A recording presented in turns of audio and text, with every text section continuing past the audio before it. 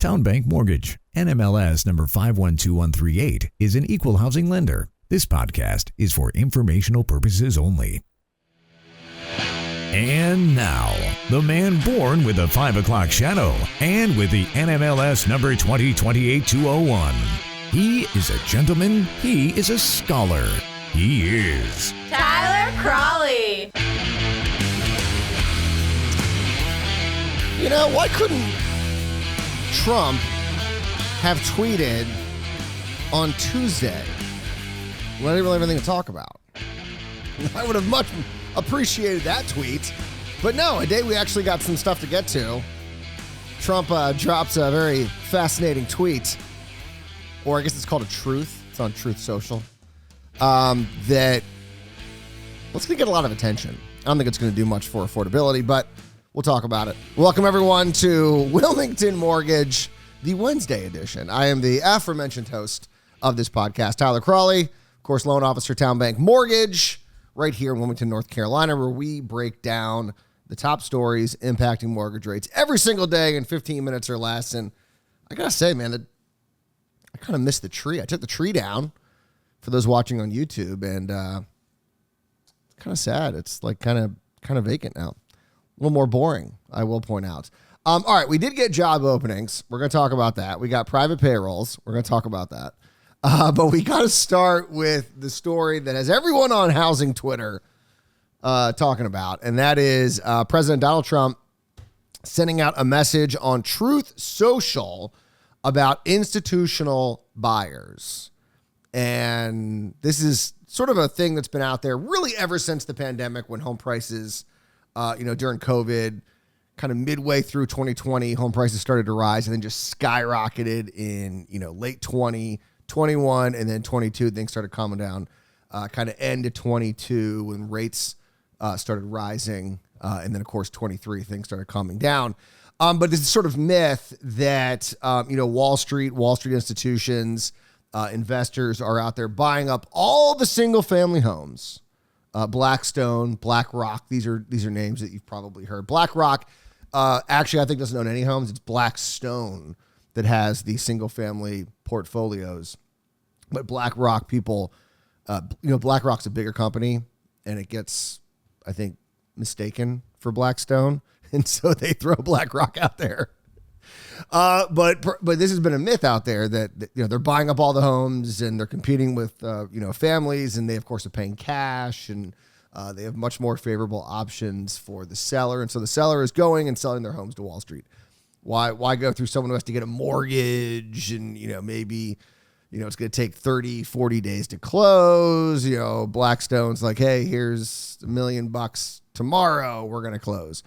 And so this has been sort of this idea out there that this has been going on. Now, we've talked about it on my other podcast, Cape Fear Report, where I've destroyed this myth. A lot of it is because of data that is taken either on purpose and used improperly, or it's just people who don't know what they're talking about. For example, back in 24, there was this headline that kept popping up on Twitter and other places that 44% of all single-family home purchases were from private investors in 2023. That's a huge number, right? Almost half.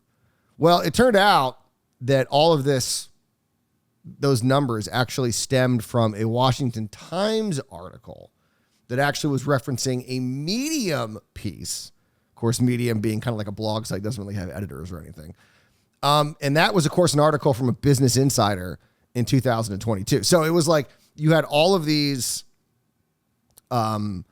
dominoes kind of in place. And what the Insider article referenced was a stat from John Burns Real Estate Consulting Group, or a consulting report that said the data indicated that investors accounted for 44% of the purchases of flips during the third quarter.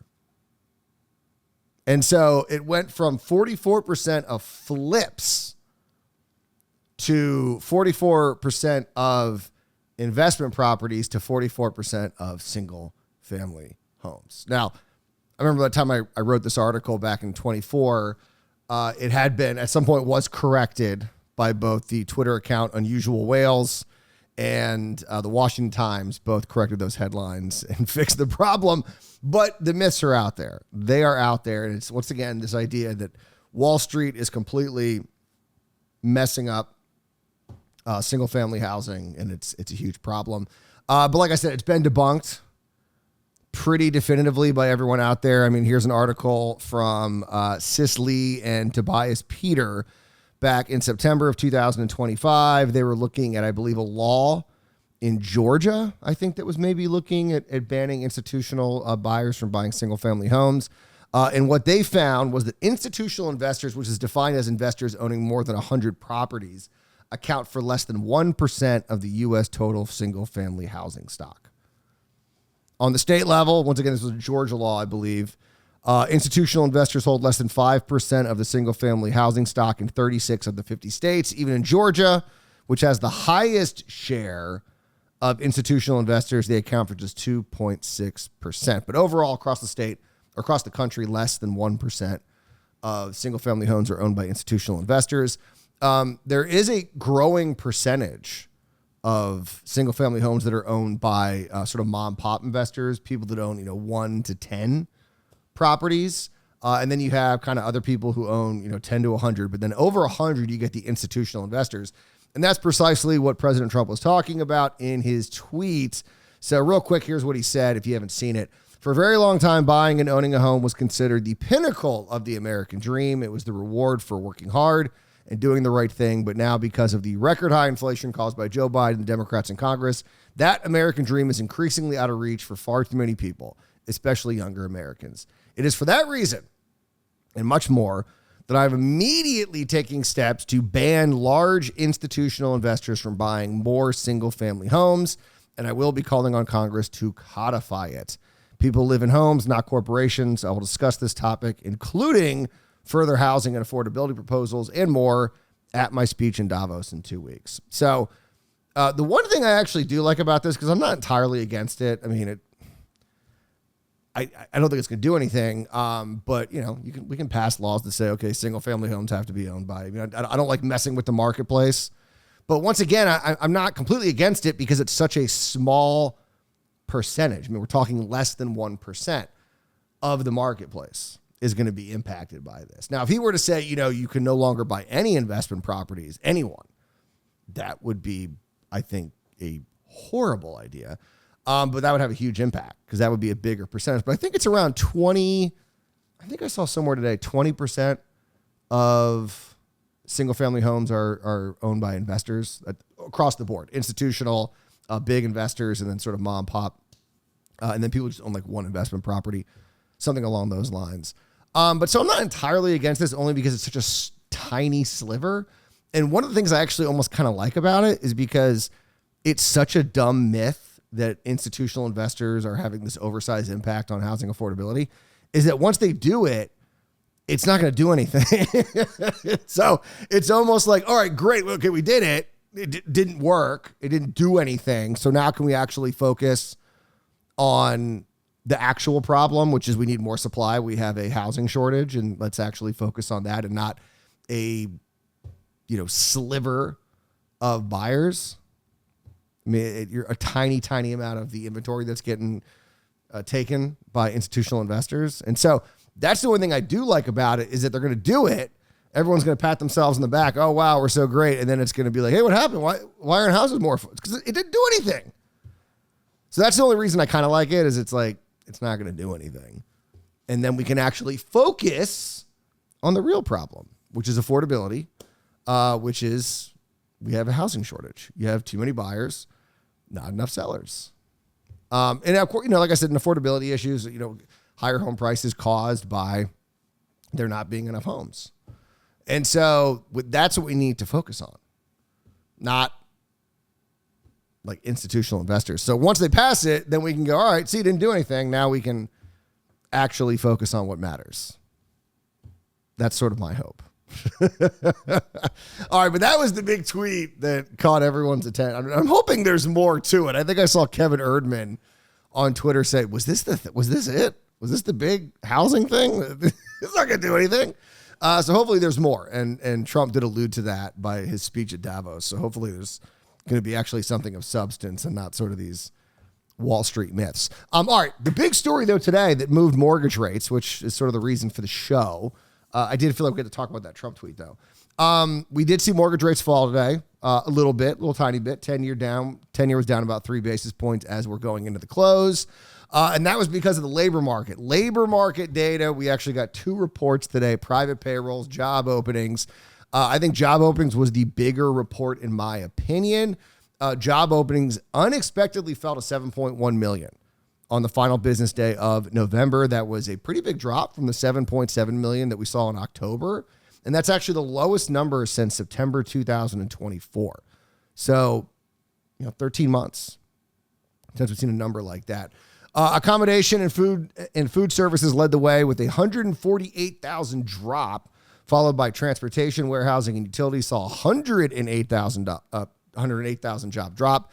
Wholesale trade was down 63,000, and then construction openings actually rose by about 90,000, bucking the obvious broader trend.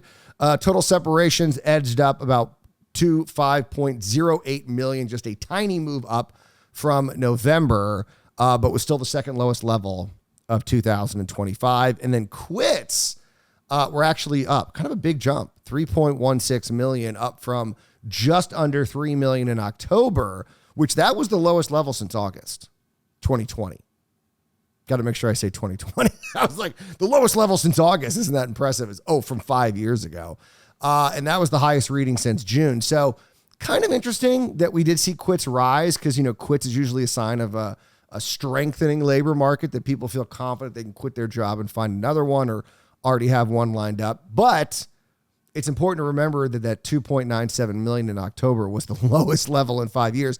So yeah, we jumped up, but we're still pretty close to 5-year low. So not that much confidence in the labor market.